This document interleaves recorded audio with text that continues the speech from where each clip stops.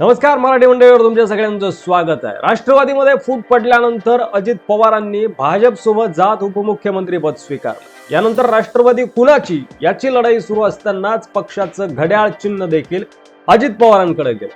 त्यामुळे शरद पवारांच्या राष्ट्रवादीच्या कार्यकर्त्यांवर नवीन तुतारी हे चिन्ह घेऊन निवडणूक लढण्याची वेळ आली। मात्र तरी सुद्धा भाजपचं मिशन बारामतीचं स्वप्न पुन्हा एकदा बंगलेलं दिसलं।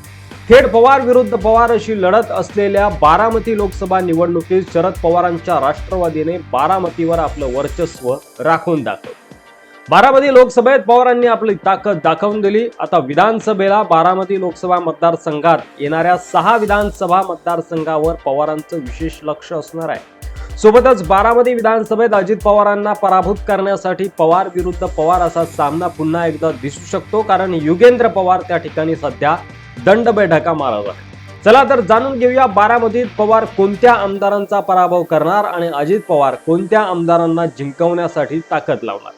दौंड विधानसभा मतदारसंघ।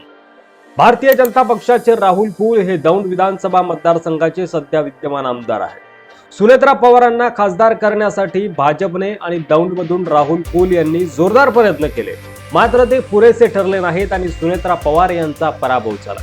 राहुल कुल भाजपचे असून सुद्धा सुनेत्रा पवारांना लीड देण्यात ते अपयशी ठरले। दौंडमध्ये 24,267 मतांनी सुप्रिया सुळे आघाडीवर होत्या। राहुल कुल मात्र पवारांच्या टार्गेटवर नसतील असं सध्या तरी दिसतंय। मात्र तरी सुद्धा राहुल कुल यांचा पराभव करण्यासाठी आघाडीकडून ताकद लावली जाईल, तर त्यांच्या जय पराजयानं अजित पवारांना फारसा काही तोटा फायदा होणार नाही। मात्र इंदापूरमध्ये वेगळी परिस्थिती आहे।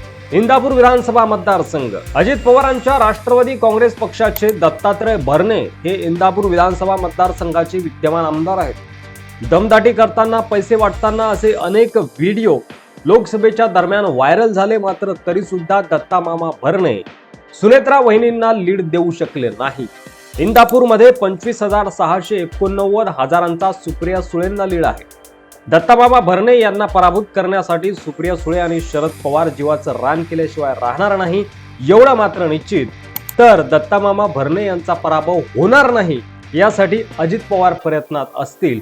मात्र या ठिकाणी इंदापूरमध्ये अजित पवारांना फक्त सुप्रिया सुळे आणि शरद पवार यांचं आव्हान नसणार आहे, तर हर्षवर्धन पाटील हे देखील अजितदादांच्या उमेदवाराचं काम करतात की नाही हे पाहणं महत्त्वाचं असणार आहे। त्यामुळे त्यांचं देखील आव्हान अजितदादांना त्या ठिकाणी असणार आहे। बारामती विधानसभा मतदारसंघ। खुद्द अजितदादा पवार आमदार असलेल्या बारामती विधानसभेतून 48,168 मतांची आघाडी सुप्रिया सुळेंना मिळाली आहे। या ठिकाणी देखील सुनेत्रा पवार पिछाडीवर राहिल्या, त्यांना लीड मिळू शकलं नाही।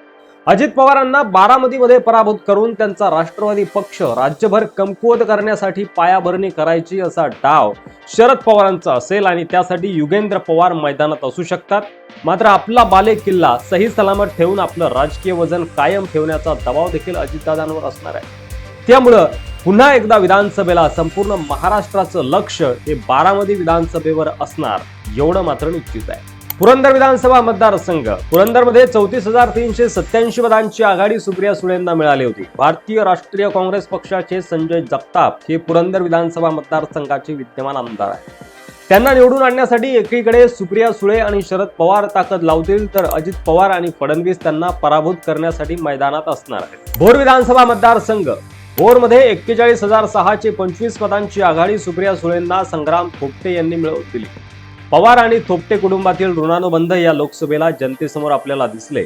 संग्राम थोपटे काँग्रेसचे असले तरी सुप्रिया सुळेंच्या शरद पवारांच्या जवळचे आहेत। आघाडी सरकार आलं तर संग्राम थोपटे यांना एखादं मंत्रिपद देऊन त्यांच्या या सहकार्याची परतफेड देखील शरद पवार करू शकतात। मात्र अजितदादांचा विशेष डोळा संग्राम थोपटे यांच्यावर असेल आणि यंदा तू कसा निवडून येतो असं आव्हान दादांनी संग्राम थोपटेंना दिलं तर नवल वाटायला।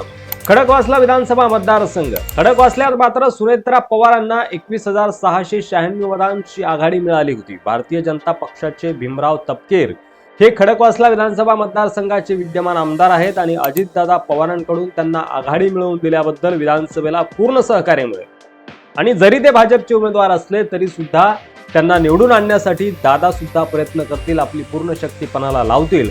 मात्र पवार या ठिकाणी ताकद लावतील आणि सुप्रिया सुळे यांना आघाडी न मिळालेल्या या भाजप आमदाराचा पराभव करण्यासाठी त्यांच्यावर शरद पवार आणि सुप्रिया सुळे यांचा नक्कीच डोळा असेल। त्यामुळे खडकवासल्यात एकीकडे सुप्रिया सुळे आणि शरद पवार आपला उमेदवार आणण्यासाठी मैदानात असतील, तर दुसरीकडे देवेंद्र फडणवीस आणि अजित पवार हे भाजपचा उमेदवार निवडून आणण्यासाठी मैदानात असतील. तर हे होते बारामती लोकसभा मतदारसंघातील विधानसभा मतदारसंघ, ज्या ठिकाणी काही उमेदवारांना पाडण्यासाठी तर काही उमेदवारांना निवडून आणण्यासाठी पवार विरुद्ध पवार असा सामना पुन्हा एकदा आपल्याला बघायला मिळू शकतो. तुम्हाला काय वाटतंय, काय असेल बारामती लोकसभेतील विधानसभा मतदारसंघाचं चित्र आणि कोण असेल या 6 विधानसभा मतदारसंघात पुढील आमदार? तुमचं मत कमेंट बॉक्समध्ये लिहायला विसरू नका. व्हिडिओ आवडला असेल तर जास्तीत जास्त शेअर करा.